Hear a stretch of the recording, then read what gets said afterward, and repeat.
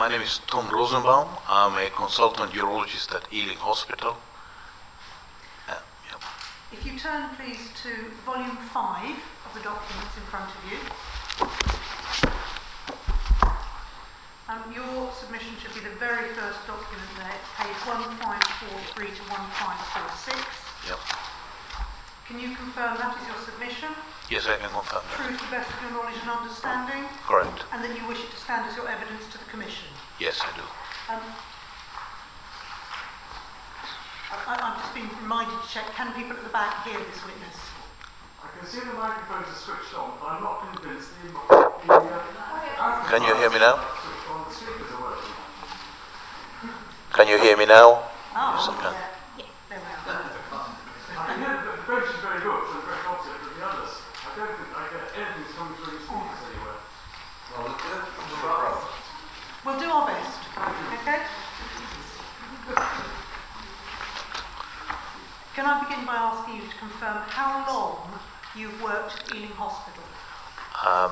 19 years. I was appointed in January. I started working in January 1989. January 1989. Sorry, 1996. 96. Yeah, sorry. Is it fair to assume then that you have an in-depth knowledge of the local population? Well, I think so. I think I've got some knowledge of the local population. I worked in intimate contact with them for all the time, yes. And in your submission, you set out the development of your service and the surprisingly high uptake of that service. Could you recap for the Commission and others present, please, what you say about who is using those facilities and why? And can I give you a reminder with the voice? Okay, straight away? thank you. I worked very hard at Ealing over all this time, and I always seen myself as my main duty being to provide the best possible service to the local community. And over the years, my work increased constantly, and eventually I was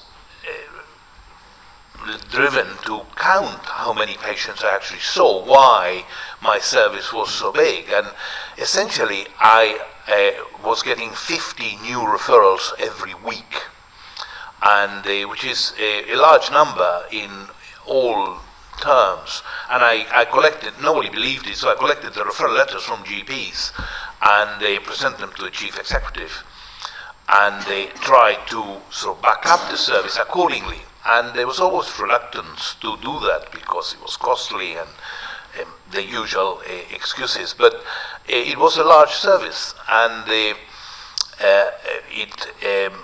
I also had a very open service to the local GPs. We had a lot of communications by the phone and then eventually by email. And my secretary was always very busy. And that, in fact, was the whole impression was that nobody knew where the patients came from. And I wasn't the only one of the clinicians at Ealing who had that experience. And at meetings in the hospital, we were told that that couldn't be possible because the population of that we serve was very small, was 200,000 or around there. And eventually, most of my colleagues that worked at Ealing agreed that the numbers didn't tally with the population that we seem to have. So that's where I started looking at different reasons why this would be the case. Can you pause there? Can you help us with when you undertook your research? Just roughly. Yeah, about 3 or 4 years ago. Thank you. Please do. Yes.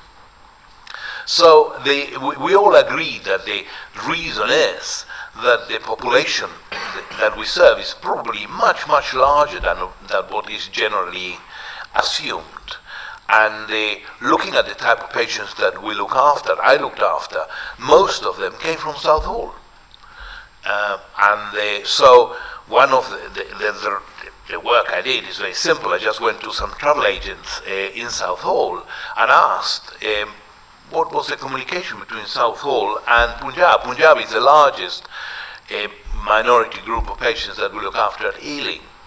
And I was astounded by when I found out how many flights there are between Heathrow and Southall, and they were full. To pause there a moment, am I correct that what you're saying is that one, there is a much larger resident population using your service in Southall than is measured?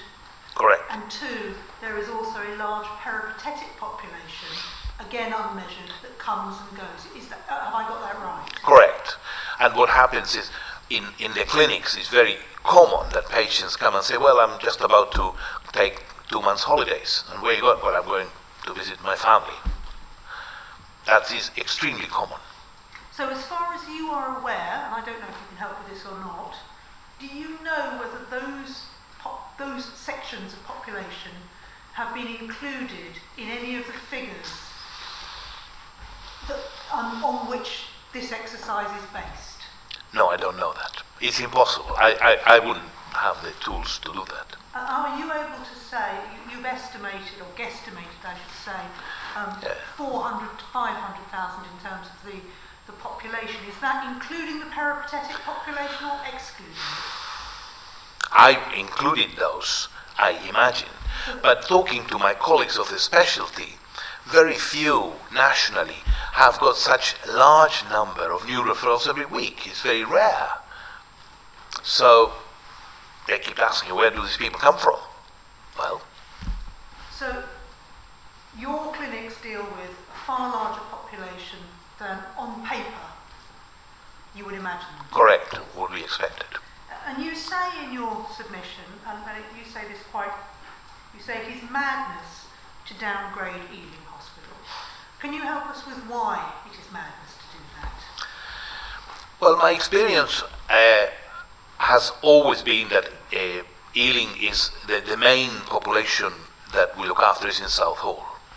And Southall is a large urban area of a population which requires healthcare services. They are poor, they are in poor health state. We know there is a much higher than average level of cardiovascular disease and of certain infectious diseases and of metabolic syndrome, and they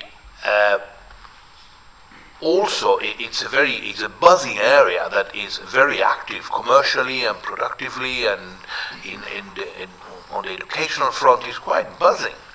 And I'm sure they contribute largely to the local economy.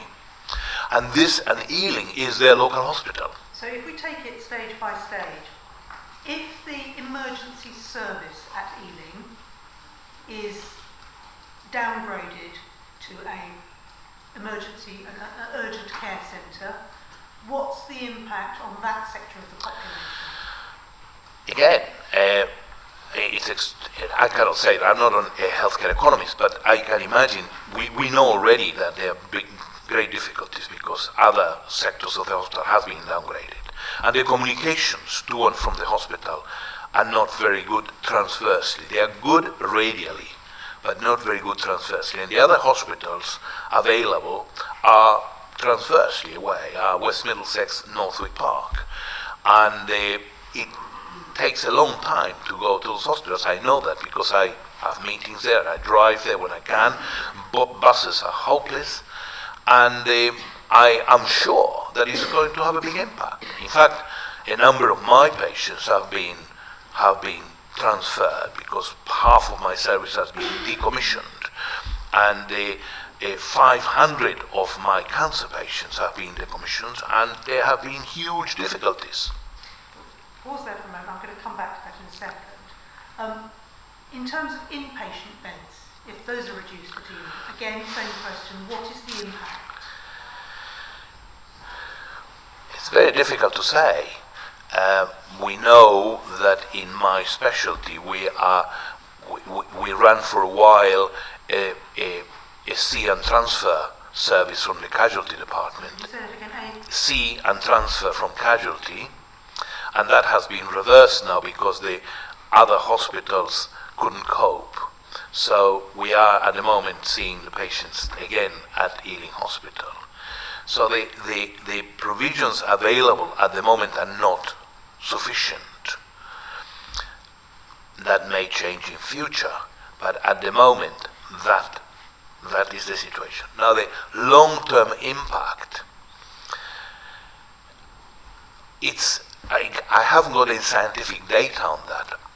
I know that a lot of patients find it much more difficult to access the other hospitals from Southall than they did and they would do in future if Ealing is not there. Is this something that patients have been saying to you directly? Yes, many times. Not only that, I have been accused of seeing patients outside the rules because they couldn't access the other hospitals. And that has led to a disciplinary action on me because I saw patients that I shouldn't have seen because the service is decommissioned, theoretically.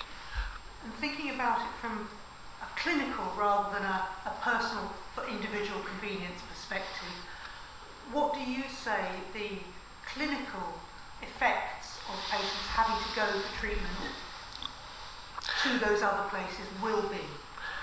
I personally think that long term we are going to see a decrease in the standard of healthcare in Southall, but that we are not going to see that immediately because it takes a number of years to see the final healthcare outcome in conditions like cancer services, for instance.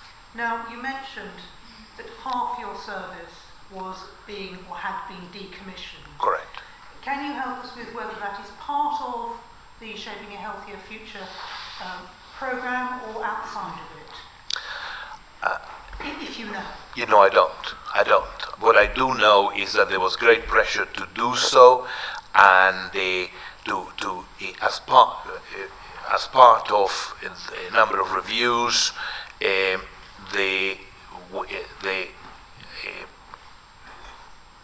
were studies done about, I don't know how correct they were, on the provision of cancer services, and the decision by the commissioners was to decommission all urology cancer services at Ealing.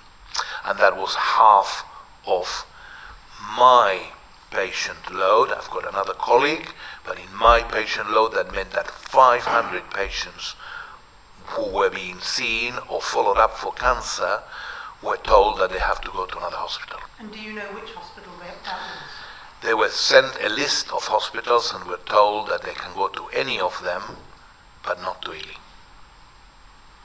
And do you have a view about the impact that has had on those individuals? Yes, of course. I've got a very strong view about it, to the extent that I felt that my duties as a doctor were more important than that, and a number of patients that could not go to the hospitals they were told came to see me, and I did see them, and as a result of that I was sanctioned. Now, do you also have a view about the proposed use of out-of-hospital and primary care services to reduce acute beds and acute facilities? Yes, I do. I think that medicine and society is changing all the time and fast, and technology changes. And I think that the provision of healthcare services will change. And I think that's very important and should continue changing. How much of those services go to the community and which ones, I'm not sure, but I think that we should be aware of costs, and as long as quality is maintained, I'm very supportive of transferring services elsewhere. Are you able to give us a view or comment on the extent to which you think use of primary care and out-of-hospital services will allow acute services to be reduced? No, it's only empirical, really. I think that no, I'm not sure. I mean, will it be 10 or 20% less? Perhaps. I'm not sure. And finally, I just want to ask you this: the Shaping a Healthier Future programme is predicated on the reduction from 9 major hospitals to 5 major hospitals. Just from your experience as a clinician, do you have any comment about whether you think that is an appropriate or safe way to proceed? Well, I think that in my experience, from what I said, is obviously not a good move. But I do think that health services will change. But I think that they should be changed according to the needs of the population, rather than to a theoretical appraisal which doesn't follow the needs, as I just said. And the local population at the moment is exploding, is growing. And I personally think that geographically, Ealing Hospital is the one that is placed in the most accessible position for that population. And it is amazing. It is on a main artery, it is on a main radial artery. We are going to have a major new public transport service which is about to be built in Hanwell through Crossrail. Crossrail, and we are walking distance from Hanwell Station with Crossrail, and this is a major public service, which I cannot believe how in the middle of those changes and progress we are actually going to close or planning to close or downgrade such an important public service. Thank you. I have no more questions, but if you wait, there may be questions from the commissioners. Yes, certainly, thank you. Just in the light of your last answer, is there any indication that they might want to close Ealing Hospital in order to buy the land or use the land in relation to projected building works for private enterprise? There are lots of rumors about that. I have no hard evidence, but I've been told many times that in fact may have already happened. Right. But you haven't heard anything more than rumor? The other thing that I see is that there are areas within the land of Ealing Hospital that are fenced away now as we speak, and building work is taking place. When did that start happening? About 3 or 4 months ago. I mean, that's independent from the redevelopment of the mental health trust which is behind the hospital. But on the west side of the hospital, a number of areas which were residences and near where what we call the gatehouse are now completely fenced off, and serious building is taking place there. What sort of building? I cannot tell you. I don't know. Big fences around there. Second question relates to your predicament. If you don't mind me just asking you about this. What were the other hospitals that couldn't cope? I mean, which other hospitals, where were they? Such that there was an influx to you as a result. Well, the closest communication we have now is with Norfolk Park, because A, we are now merged officially, and B, the department, our urology department, is technically a joint department. So our patients from casualty are transferred to, if transferred, they are transferred to Norfolk Park. But when they cannot cope, they stay at Ealing. So Norfolk Park is the closest unit at the moment. Can you give us some indication of the extent to which they can't cope? And you Well, to the extent that the see and transfer policy that was implemented for a while over weekends has ceased to be implemented because they couldn't cope. Yeah, I just need to get a numerical figure. So some idea of what we're dealing with here, what you're dealing with. No, I'm not sure. We're talking about maybe half a dozen patients every weekend. Well, that's quite important. Third question. Your sanction for, it seems to me, performing a public duty. I mean, what's the sanction and who imposed it? Well, that's a very poignant question. It was imposed by the hospital management for not following to the letter the cancer guidelines, and they brought to the inquiry at the time about 6 or 8 examples, clinical examples of patients who were largely mixed pathologies, who had cancer and also had, for instance, stones or incontinence or bleeding, and who were generally quite infirm and had difficult mobility, and I obviously said, yes, I will see them. They need to be seen. And they were all brought up as examples of me breaching the guidelines.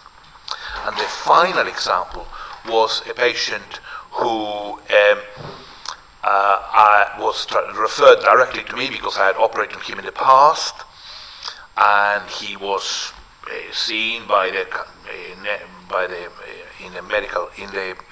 multidisciplinary meeting. I had a further finding or that required surgery that could possibly have been cancer, and I was asked by the oncologist that saw him that if I would see him again, because he knew me and he wanted me to see him again for the same condition. And I said, of course, if the patient wants to and needs it, of course I will see him.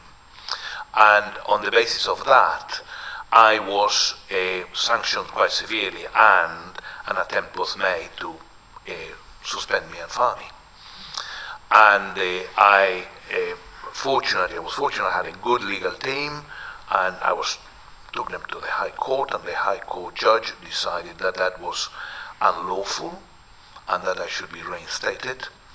And the hospital had to accept it, but in fact, up to today, in practical terms, they have not yet allowed me to continue clinical work at Ealing.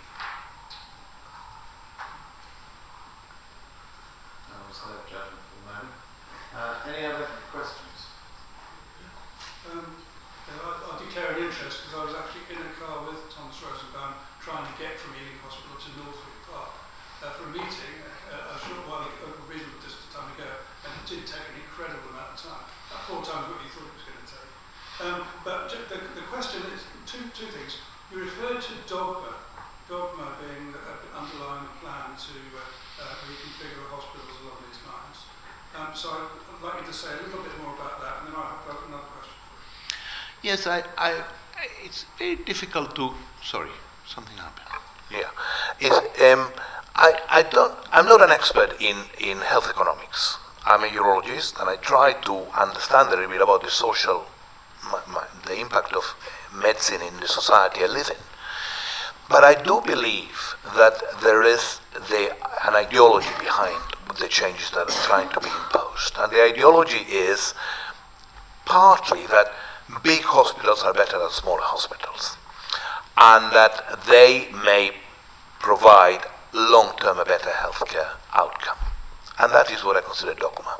However, there are other ideologies that, at the moment, perhaps more modern ideologies, that say, but in fact, that has been shown not to be the case, that district general hospitals are probably more beneficial to the population long term. And that's all I want to say. I think this is complex. I think there is dogma, there is ideology behind this, and different interested groups will use whatever dogma they prefer to their advantage. My feeling is that the service that was provided and is still being provided to some extent from Ealing Hospital is so vast to this big population and a needy and a vulnerable population, which has such an important impact in our society, that I can't believe how somebody can come to the conclusion that this is the place that needs to be downgraded and possibly closed. I believe the research indicates that economies of scale stop at 600 beds, and up to 200 to 600 you get economies of scale, not beyond.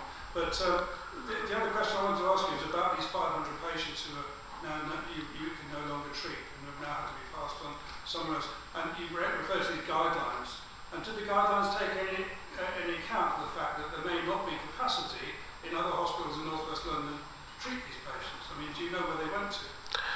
No, I don't. I mean, the guidelines obviously did not take that into account. The guidelines have been shown to be not sufficiently clear, and they in fact did not explain. Were not useful for the management of these patients that I did see, and that has been shown. And that's why the High Court judge said that it was unlawful. So were they drawn up by the trust or by the commission? They were drawn up by various people, and they were changed, they continue changing over time, and the various groups of networks that develop them in each area. And we have a cancer network in the area that continued input and continue inputting now in those guidelines. Could we get a copy of the guidelines? But Could we get a copy of them? I certainly can pass you some copies, yes. I think I've got 3 questions, but I will limit it to. That's right. First thing, I'd like to test an idea about I'd like to test the idea that Ealing, as an example of a hospital which couldn't have A&E services because it couldn't provide the necessary acute specialist skills now that are necessary nowadays. I suppose this is because there are no surgeons like you who've had a general training. They don't exist anymore. Fast track specialities, and therefore you have to have a degree of specialities available. Now, so if that were true, I'm prepared to have that challenged. How would Ealing provide that? How would Ealing manage that? To provide that range to cover a modern A&E? The only thing I can say is that over the last month, Ealing appointed 2 new general surgeons. It was a clinical need, it was advertised, and 2 very well qualified general surgeons applied and got the jobs. So who can do use an endoscope? They are fully qualified surgeons that do laparoscopic surgery, general surgeons. Yes. Yes. So they would cover the kind of acute trauma or acute yes. soft tissue injuries and so on. Not only that, but I also want to say that if there is the will to develop a service, then it can be done. It can be done. Yes, and the one thing that does take longer to build up is the team. But individuals to do certain specific jobs can be appointed. But the team takes longer to build. But if there is the desire to keep the services at Ealing, then it can be done. At the moment, a lot has been downgraded already. It may have to be reappointed and redeveloped. Fine, it's not a big problem. I think we may hear it from other witnesses, but I've heard this idea that when SHNF was being proposed, it was based on the idea that modern day case techniques were coming in that would allow people to be discharged on the same day, and therefore the number of overnight stays, unless there was a boo-boo that happened, wouldn't be needed. But on the contrary, as I saw in fact before I retired, we're beginning now to treat patients of a great age who are much frail, and therefore the best in the world need beds to manage. Now, do you think that's a reasonable thought? Do you think is that medical experience in this? Yes, I think in both statements are correct. In my practice over the last almost 20 years, the number of day case surgery and the number of patients that are treated by keyhole, endoscopy or laparoscopy has increased dramatically. About half of the patients in my operating list are day cases and quite sophisticated, complex procedures. And many of them are even very aged as well, and they often can go home, if not the same day, very soon afterwards. If that can be maintained when patients get even older and frailer, I'm not sure.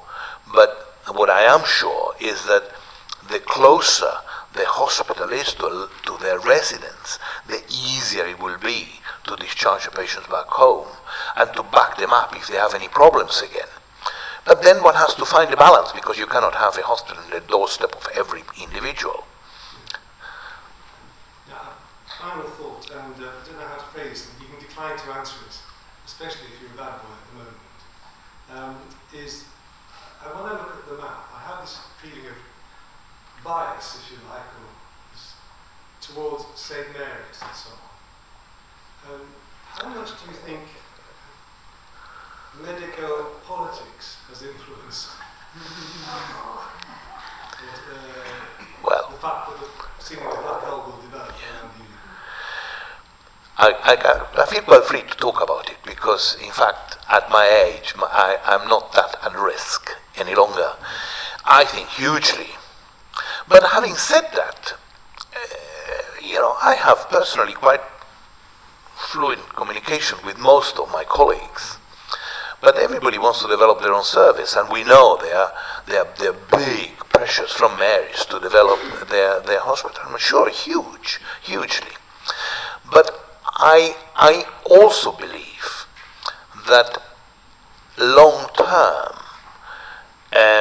we will realize that the attempts to close district hospitals like Ealing, close to such a big and growing population, will be a mistake. What happens at Mary's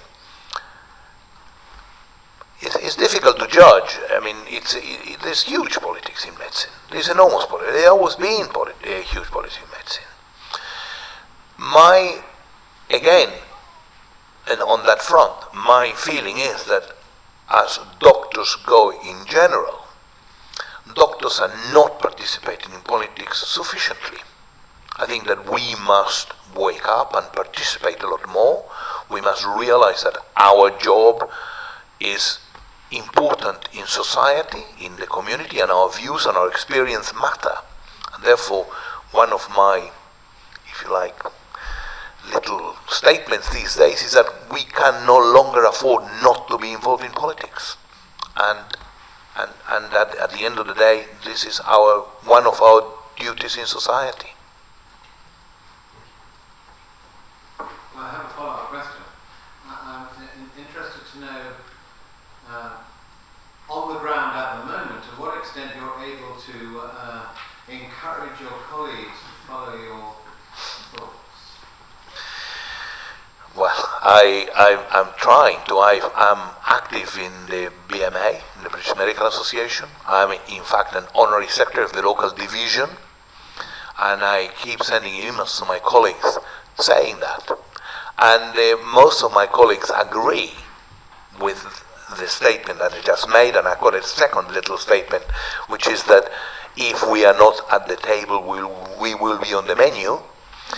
And it causes exactly the same reaction, but from that to action, there's a long way to go. Thank you very much. Thank you.